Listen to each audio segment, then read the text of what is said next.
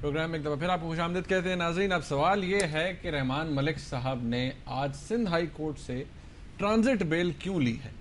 यही हम सवाल करते हैं सेठी साहब। सेठी साहब क्यों ली है ट्रांजिट? जी हाँ, ट्रांजिट पैसेंजर हैं इस वक्त। वो वैसे भी शटल कर रहे हैं। नहीं, शटलिंग तो पहले करते रहे ना। अब वो उस वक्त बेले ले रहे थे ना उन केसेस में। अब वो केसेस खत्म, अब ट्रांजिट कर रहे हैं। कहाँ ट्रांजिट कर रहे हैं? इसके बाद वो जा रहे हैं नैब कोर्ट में 2 जून को, जहां वो जो 2 केसेस हैं उनकी वो समाप्त हो रही है। ठीक, वहां वो चार्जेस लगेंगे, क्या होगा, वहां चैलेंज होगा, ये होगा वो होगा। अब अकॉर्डिंग टू द रूल वो ये था कि अगर ये बेल ना लेते तो उस कोर्ट में जब हाजिर होते तो क्योंकि कन्विक्शन हुई है और वो बात चल रही है वहां, तो वो उनको पकड़ लेना था, उन्होंने हाथकड़ी लगा। इसलिए मगर दिलचस्प बात क्या है, कानून के मुताबिक ये नॉर्मल रूटीन है कि अगर ये बेल ना भी लेते ना सिंध हाई कोर्ट से और वहां चले जाते, तो वहां एक इस किस्म के केस की नोयत ऐसी है कि कानून के मुताबिक और ट्रेडिशन और प्रैक्टिस के मुताबिक एक बेल बॉन्ड उसी वक्त भर के दे देना पड़ता है और बेल हो जाती है। मगर आजकल की सूरत हाल में कोई पता ही नहीं था कि शायद वहाँ के जो जज साहब बैठे हुए हैं वो सारी ट्रेडिशन और सारा प्रेसिडेंट्स को इग्नोर करके शायद इनकी हथकड़ी लगवा देते, वो बेल बॉन्ड ही ना एक्सेप्ट करते। हालांकि प्रेसिडेंस ये है कि वो बेल बॉन्ड्स हो जाते हैं, मगर यहाँ के हालात ऐसे कि शायद वो ना होता। तो उन्होंने कहा यार चांस क्यों ली जाए, चांस क्यों ली जाए, चांस क्यों ली जाए। हो हाई कोर्ट चले गए, हाई कोर्ट से सिंध हाई कोर्ट ने बेल दे दी। अब तो आप हाथ नहीं लगा सकते इनको जब तक वो अदालत में पहुंचते हैं और अपनी वो बेल बॉन्ड जो है वहां वो देंगे। अब अर्ज ये है कि ये क्यों ये सारा कुछ हो रहा है, इतनी क्यों ये अफरा तफरी पड़ी हुई है, पकड़ो पकड़ो पकड़ो पकड़ दखो। ये एक सियासी एक कश्मकश चल रही है जिसकी वजह से ये आप सारा कुछ देख रहे हैं। मेरी ये व्यू है कि ये कानून यहाँ रियली ये कानून की बातें ही नहीं हो रही, ये सब कुछ सियासी है। जरदारी साहब की ये पार्डन करना, ये करना, वो करना, these are all political moves, क्योंकि ये उनके मोहरे, इनके वो क्रोनीज हैं और इनके डिफेंडर्स हैं, इनके सिपाही हैं। तो सिपाही रहमान मलिक साहब को तीसरी अहम शख्सियत कहा जाता है, तो क्यों नहीं। और इसलिए ये आपकी तवक्को या जो रहमान मलिक हेटर्स हैं या जरदारी साहब को पसंद नहीं, मेरी तवक्को या आपको मुझे नहीं, मैं मतलब ये कि आपको वो जो एसएमएस वो जो आते हैं तो उनसे मेरी ये है कि आपकी ख्वाहिश अपनी जगह, मगर आपकी ख्वाहिश के मुताबिक काम नहीं चलेगा। अच्छा, उसकी वजह ये है कि यहाँ सियासी क्लैश हो रहा है और कानून की धज्जियां हर किस्म की वो इंस्टीट्यूशंस और शख्स उड़ा रहे हैं। सेठी साहब, इंप्रेशन क्या जाता है फिर नेचुरली? एक तो बात ये कि जब आसिफ अली जरदारी साहब अपने ही किसी आदमी के लिए, रहमान मलिक साहब के लिए, अपने क्रोनी, अभी आपने खुद कहा, उनके लिए ये अपनी पावर इस्तेमाल करते हैं और पार्डन कर देते हैं, तो इससे मैसेज क्या रहता है? It's a partisan act. आप कहने जी क्या क्या ये कहना partisan act? Of course it is partisan. The president is party political, the president is partisan, तो पार्टिजन एक्ट तो वो करेगा ना। तो आपका क्या ख्याल है कि ये जो वन साइडेड अकाउंटेबिलिटी हो रही है पार्टिजन नहीं है? तो पार्टिजनशिप तो अब आपकी ब्लड क्योंकि वो हो रही है इसलिए ये जस्टिफाइड है। देखिए मुझे मुनीब एक बात बताओ, मैं आ जाऊं, मैं तुम्हें गुस्सा मुक्का शुरू कर दूं, तुम्हारे साथ अपने तुम्हारे दोस्तों में डिफेंड करे, वो पार्टिजनशिप है? पार्टिजनशिप तो होती है ना वन साइडेडनेस। तो वो लोग ये भी कहेंगे ना कुसुन मुक्का किस पे हो रहा है, मैंने कुछ ऐसा किया होगा तो फिर कुसुन मुक्का होगा। जरूरी नहीं, क्योंकि उसकी वजह ये हमने देखा हमारी सियासत में जब एक हुकूमत होती है तो दूसरे के ऊपर तशद्दुद होता है, जो अपोजिशन में होते हैं, जब वो आ जाते हैं तो वो पहली के ऊपर तशद्दुद करते हैं। तो ये एक स्टैंडर्ड ऑपरेटिंग प्रोसीजर है ये पॉलिटिकल पार्टीज़ का कि ये एहतकाम और ये इस किस्म की चीज़ें करते हैं। साहब, एक आर्गूमेंट ये भी है कि कहा जाता है कि जो इस तरह की पावर्स होती हैं प्रेसिडेंट के पास, इनको लार्जर पब्लिक इंटरेस्ट में इस्तेमाल होना चाहिए, ये इस तरह के कामों में इस्तेमाल नहीं होना चाहिए। आप बिल्कुल सही कह रहे हैं। हमारे यहाँ इंप्रेशन क्या जाता है? हमारे इंटीरियर मिनिस्टर की सजा माफ कर रहे हैं, हमारे प्रेसिडेंट भी फिर उस किस्म की शख्सियत होने चाहिए ना।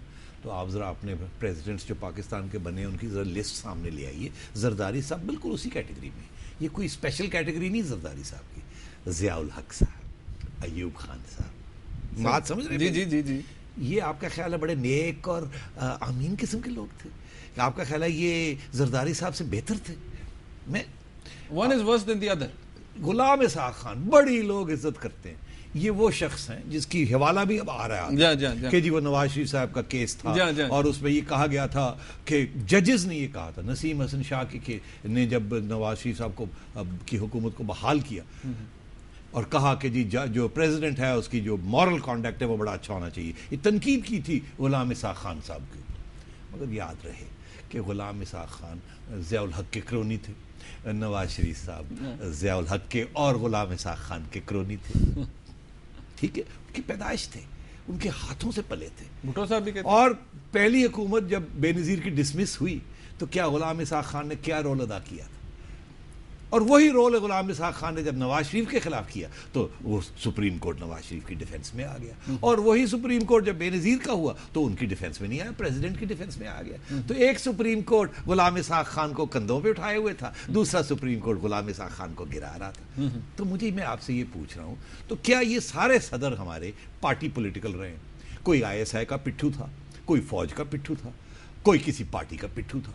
आपका क्या ख्याल है? वो कहते हैं कि एक दाढ़ी वाले भी प्रेसिडेंट बने थे, तो याद रहे कि वही थे जिन्होंने मुशर्रफ की खिदमत की थी, और फिर मुशर्रफ उनके पास लेके गया था नवाज शरीफ का पार्डन एग्जैक्टली। तो क्या आपका ख्याल है वो पार्टी पॉलिटिकल नहीं थे? आज भी वो मुस्लिम लीग की कन्वेंशन में बैठे होते हैं और फखर से कहते हैं मैं पार्टी पॉलिटिकल हूं। तो ये छोड़े इन बातों को, ये सब एक ही अमाम में एक ही लोग, सारे नंगे हैं। जरदारी साहब भी नंगे, इसहाक खान भी नंगा था, प्रेसिडेंट इसहाक भी नंगा था, सारे all in the same category. अच्छा, दूसरी बात सेठी साहब, तो ये कोई ये नहीं कि जी वो अच्छे थे और ये बुरे थे, सारे all the presidents were party political, all did immoral things. तो देयर इज नो न्यू, यहाँ कोई नई बात नहीं होगी। अच्छा, दूसरी बात सेठी साहब, एक बात जो कही जाती है कि अगर जरदारी साहब ने किया है तो बहुत से लोग इंतजार कर रहे हैं, उन्होंने दरखास्तें दी हैं प्रेसिडेंशियल पार्डन के लिए। जरदारी साहब को चाहिए सारों को माफ करें, अच्छा, प्रेसिडेंट सेट करें, रहम दिली का मुजाहरा करें। तो जब प्रेसिडेंट ने वो रिमिशन दी थी, जहाँ पिछले दिनों हाँ वो रिमिशन दी थी ना, और रियाज शेख साहब के लिए दी। अच्छा, मगर वो सब प्रिजनर्स को लगी थी ना, जाके सबका फायदा हो गया था, ठीक है ना। और पंजाब गवर्नमेंट ने तो फिर भी रियाज साहब को पकड़ के रखा हुआ कि नहीं नहीं नहीं, वहां भी रिमिशन आपकी खत्म नहीं हुई, पूरी नहीं हुई। तो उस वक्त तो बड़ी तनकीद हुई थी कि ये बाकी तो बड़े डेंजरस क्रिमिनल्स हैं, उनको क्यों कर दिया। आज वही आर्ग्यूमेंट को उल्टा कर रहे हैं कि सबको ही रिमिशन करवा दी जाए। तो फैसला आप कर लो मुनीब कि आप चाहते हैं सबकी रिमिशन हो जाए या सिर्फ एक की रिमिशन हो या किसी की रिमिशन ना हो। फिर सेठी साहब आर्गूमेंट क्या रह जाता है? फिर आपको लगता है कि ये जैसे सिस्टम चल रहा है, जिस तरह भी ये सिस्टम चल रहा है, जरदारी साहब जो कर रहे हैं, और आप जो लोग ये भी कहते हैं कि अकाउंटेबिलिटी जो है वो भी वन साइडेड है, जरदारी साहब जो कुछ कर रहे हैं वो पार्टिजन है, तो ये इसी तरह चलता रहे? This is a partisan political system, all players are partisan, सब अपना मफाद देख रहे हैं, अपने आप को बचा रहे हैं या अपने इंटरेस्ट को आगे बढ़ा रहे हैं। इसमें कोई बाई पार्टिजनशिप नहीं है, कोई इंडिपेंडेंस नहीं है, कोई इंटेग्रिटी नहीं है। रियली मैं आपसे ये बताऊं, ये अब नजर आ रहा है लोगों को, इसीलिए लोग जो है आहिस्ता आहिस्ता ये सारे सिस्टम के खिलाफ और इसके अंदर जो प्लेयर्स हैं उनके खिलाफ होते जा रहे हैं। This is the situation here. Shetty साहब, मैं हाल में SMS एक तो पढ़ लूँ क्योंकि लोगों के SMS भी साथ आते हैं। एक हमारे दोस्त हैं जहांगीर साहब, उन्होंने कहा कि शेठी साहब अगर मैं आपका कल का प्रोग्राम देखूं और आज की गुफ्तगू देखूं तो मुझे कुछ यूँ एहसास होता है कि फिर अकाउंटेबिलिटी का प्रोसेस तो शायद आगे कभी चल ही नहीं ना सके, जो होता है वही होता है। जी सही कह रहे हैं जनाब, सही कह रहे हैं आप। ये अकाउंटेबिलिटी ऐसे होती ही नहीं। अकाउंटेबिलिटी होती है फेयर, और कोई फेयर हुकूमत आए जो इवन हैंडेड हो, कानून इक्वल फोर्स के साथ सबके ऊपर अप्लाई करे, और जो लोग ये करने जा रहे हैं दूसरों के ऊपर वो साफ सुथरे हों। मुझे बताएं कहाँ हैं ये साफ सुथरे लोग जो कि अकाउंटेबिलिटी करेंगे? जिसकी बात करते हैं, जो अकाउंटेबिलिटी करने आता है या करवाता है, all in the same boat. तो अकाउंटेबिलिटी ऐसे नहीं होती जैसे ये करने जा रहे हैं। रेकन्सिलिएशन गालबन जैसे अफ्रीका में हुई थी नेल्सन मंडेला के ज़माने में, वो रेकन्सिलिएशन होती है और फिर एक नया दौर शुरू होता है। यहाँ ये रेकन्सिलिएशन भी नहीं हो रही है और अकाउंटेबिलिटी भी नहीं हो रही। मैं आपको एक छोटी सी बात बता दूँ, अकाउंटेबिलिटी करनी है आपने तो शुरू कीजिए टैक्स इवेडर्स। आप छोड़िए सियासतदान, हमें तो पैसे की ज़रूरत है जो टैक्स इवेड करते हैं। मैं आपको अर्ज़ करूँ, इस मुल्क में वो कहते हैं कि 10% है रेशियो हमारा टू GDP, और वो अगर 20% हो तो सारे हमारे गुर्बत के मसले, बिजली के मसले सारे खत्म हो जाए। टैक्स तो हम देते नहीं हैं, टैक्स हम देते नहीं है, रिप्रेजेंटेशन हम चाहते हैं। वो पुराना मुहावरा होता था, नो टैक्सेशन नो रिप्रेजेंटेशन। यहाँ रिप्रेजेंटेशन है और टैक्सेशन नहीं है, तो चोरी तो वहां भी हो रही, तो अकाउंटेबिलिटी वो नहीं। इंडिया में central board of revenue CB is very very strong, very strong. वो इतने स्ट्रांग है आप इमेजिन नहीं कर सकते। वहां लोग हिल जाते हैं यहाँ क्या आपका CBR आप देख ही लें क्या है, इतनी इलेक्शन ट्राइब्यूनल्स बनी हुई हैं और पिटिशनर्स बनी हुई हैं और टैक्स ट्राइब्यूनल्स बनी हुई हैं, किसी के ऊपर एक टैक्स केस लगता है वो 10 साल ही सॉल्व नहीं होता। आज अब वो मीडिया के ऊपर केसेस बने हुए हैं जी, टैक्स नहीं दिया, टैक्स नहीं दिया, और वो ट्राइब्यूनल्स में फंसे हुए। अकाउंटेबिलिटी ऐसे नहीं होती भैया। शेरी साहब एक ब्रेक लेनी है यहाँ पर मुझे, ब्रेक के बाद जब वापस आएंगे तो एक सवाल रहमान मलिक साहब के हवाले से जो भी रह गया डिस्कशन में कि क्या वो डिस्क्वालीफाई हो जाएंगे, अपनी सेनेट की सीट जो है वो लूज़ कर देंगे और फिर शायद मिनिस्टर भी ना रह सकें, इस हवाले से भी हम बात करेंगे। नाज़रीन एक ब्रेक लेते हैं, हमारे साथ रहिए।